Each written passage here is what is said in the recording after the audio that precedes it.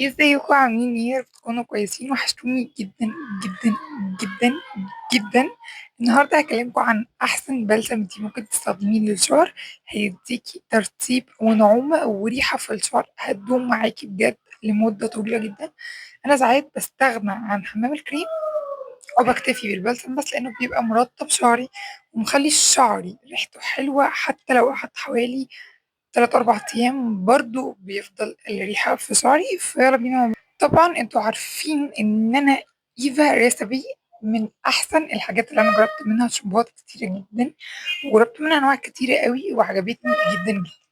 جت علي مرة كده قلت طب ايه يعني لما اجي اجرب مثلا كونديشنر من عندكم او اجرب بلسم نشوفه هل يستحق هذا الاراء الجامد قوي زي الشامبو اللي لقى. فجربت ده.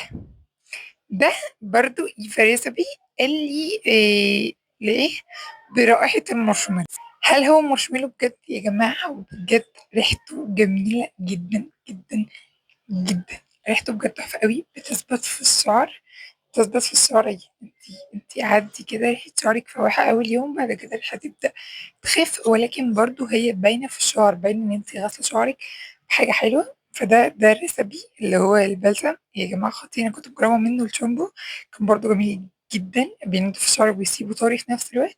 بس قلت لازم أجرب البلسم، وبجد البلسم بتاع الريسبي ده اللي هو بالمارشميلو ده يا جماعة جميل قوي قوي قوي. انت أصلا هتستغربي ازاي شعرك ريحته حلوة كده، وازاي أصلا في منتج ممكن يقعد مثلا 3 أيام في شعري أو يسيب شعري مترطب بريحة حلوة.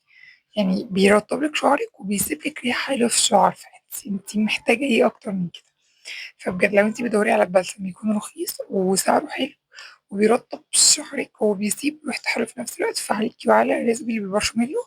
أنا اللي جربته اللي بالمارشميلو بس، فممكن لو جربت حاجة تانية أكيد هطلع أتكلم عنها. بس انا اللي جربته بجد بجد وساب لي الشعر التحفه والمارشميلو. وكمان هو مكتوب عليه ان هو منعم وملمع للشعر الباهت. فعايزه اقول لكم انا كده غسل بيه هو بس لحظه واحده. انا كده غسل بيه هو بس، ما استخدمتش حمام كريم. قلت استغنى عن حمام الكريم واجربه هو بس. فهو كده شعري من غير ما ابقى مستخدمه اي حاجه غير البلسم بس. فلو هو مكتوب عليه ملمع للشعر الباهت فهو فعلا ملمع للشعر الباهت. لان انتوا شايفين شكل شعري اصلا عامل ازاي من غير ما ابقى حاطاله اي نوع حمام كريم. هو الكونديشنر بس، شامبو والبلسم بس. فمش مستخدمه له اي حاجه تاني، ده غير ان هو مخلي ريحته جميله جدا. فلو انت بتدوري على ريحه وترطيب وسعر حلو وفي نفس الوقت حاجه فعليكي وعلى ايفا ريسبي اللي بريحه المارشميلو